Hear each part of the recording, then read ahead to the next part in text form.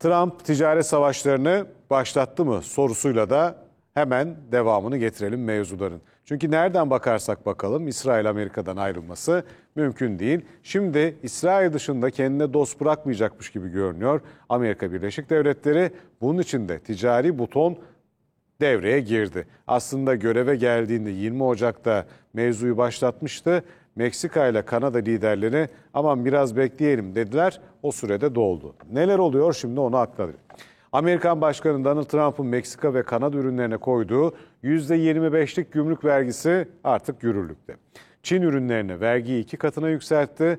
%10'dan %20'ye çıkarttı. Aslında bir önceki döneminde ilk saldırıyı, ticari saldırıyı yaptığı, vergi saldırısı yaptığı yer Çin'di. Şimdi onu da 2'ye katladı. Çin de buna karşılık Amerika'dan gelen bazı tarım ve gıda ürünlerine %10 ile 15 arasında ek vergi uygulama kararı aldı. Trump, çiftçiler Amerika Birleşik Devletleri içinde satılacak tarım ürünleri üretmeye hazırlanın, 2 Nisan'da ithal ürünlere vergi koyuyoruz diye yeni bir açıklamada yaptı. Trump içe kapatıyor kendini gibi görünüyor yine.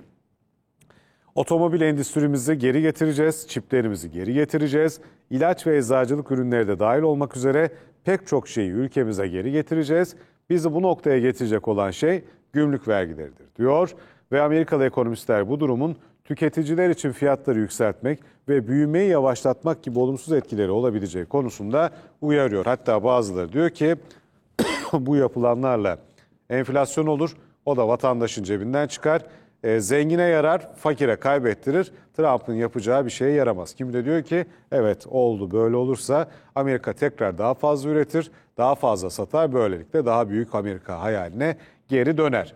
Hangisinin gerçekleşeceğini görmek zaman işi ama biraz daha yakından bakacağız haberle bu konuya.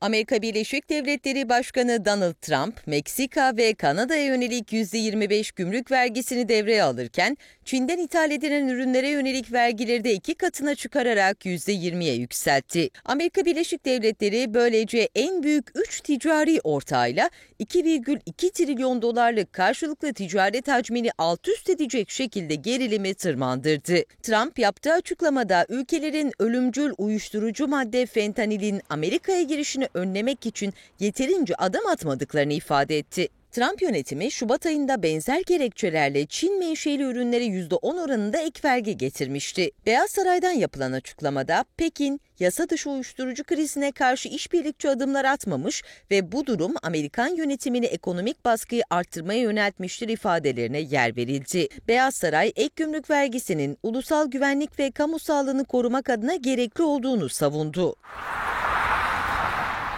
Çin vergilerin devreye girmesinden kısa bir süre sonra 10 Mart itibariyle Amerika'dan ithal edilen bazı ürünlere %10 ila %15 seviyesinde ek gümrük vergisi ve Amerikalı belli kurumlara yönelik ihracat kısıtlamaları getireceğini açıkladı.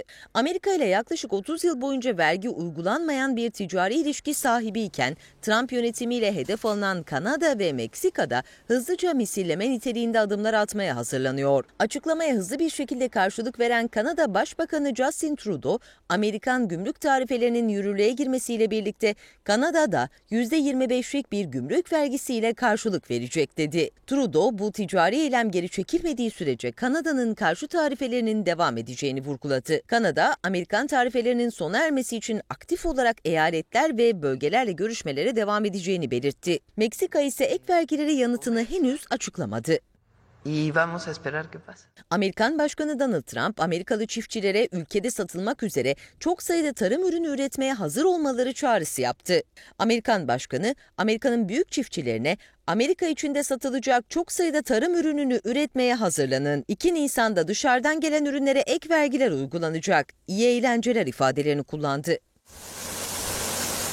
Ticaret savaşlarında bir başka gelişme ise çip endüstrisinde yaşandı. Amerikan Başkanı Donald Trump, Tayvan merkezli çip üreticisi TSMC'nin Amerika'da yarı iletken üretim tesisleri kurmak için 100 milyar dolar yatırım yapacağını açıkladı. Yatırım tutarı 5 üretim tesisinin inşasına harcanacak. Trump, yatırımın çoğunun Arizona eyaletinde olacağını aktardı. Trump, dünyanın en güçlü yapay zeka çiplerinin Amerika'da üretileceğini kaydetti.